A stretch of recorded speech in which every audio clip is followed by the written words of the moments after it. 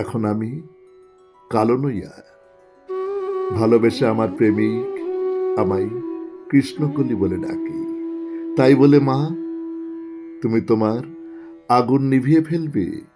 তুমি যে কালী। ওরা ভয় পাবে না মাকে?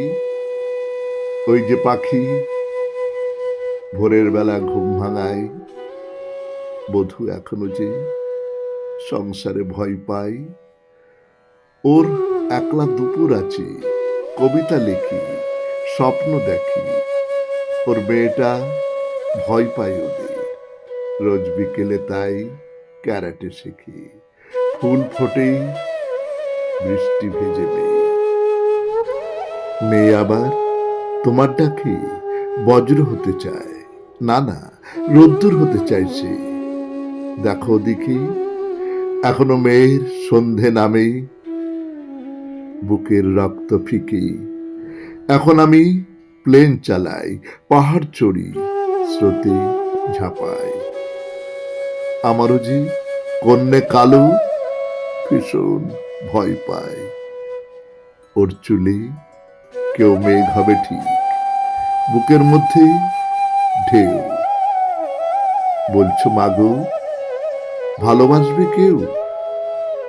ও নিজেই বাসবে ওরে, নিজের মতন আদর। নিজের সঙ্গে বাঁধবে মেয়ে নিজের মতন ঘর। ওর বুকে ঠিক ঢেউ আসবে, ভালোবাসবে আলো। তাই হোক মা, মেয়ে আমার মানুষ হোক, হোক ভালো। কালো রঙে ঝিলমিলিয়ে উঠছি আমি আজ। কি সুন্দর লাগছে মা তোকে, এই পৃথিবী সাজ। এ কি মা, তবু খর্গ তুলছ হাতে, ঝলসে উঠব ঝড় ঝঞ্ঝার রাতে। তবে যে বলেছিলি কোথাও কোনো কালো নেই আর।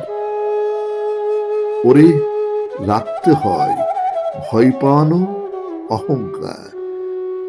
একলা দেখি ওদের কাম যদি জাগে, যদি দৃষ্টি ছড়ে কৃষ্ণকলি ফাগে, যদি মাংস খেতে চাই। মাগো, বুঝেছি আমি, তাই তো ওরা তোমায় ভয় পাই। আমিও তাই বলবো ওকে, ওরে আমার কন্যে, ভালোবাসবি, খুব হাসবি নিজের বাঁচার জন্যে। প্রয়োজনে তুলবি অস্ত্র, চিরবি লোলুপ জীব। কি বলছিস? আবার তবে রাগ ভাঙাবি শিব। মাগো, আসিস দে মা, সব কন্যে হোক আলো। সন্ধে হলো, ওঠো, ঘরে ঘরে দীপ জ্বালো, ঘরে ঘরে দীপ জ্বালো। নমস্কার।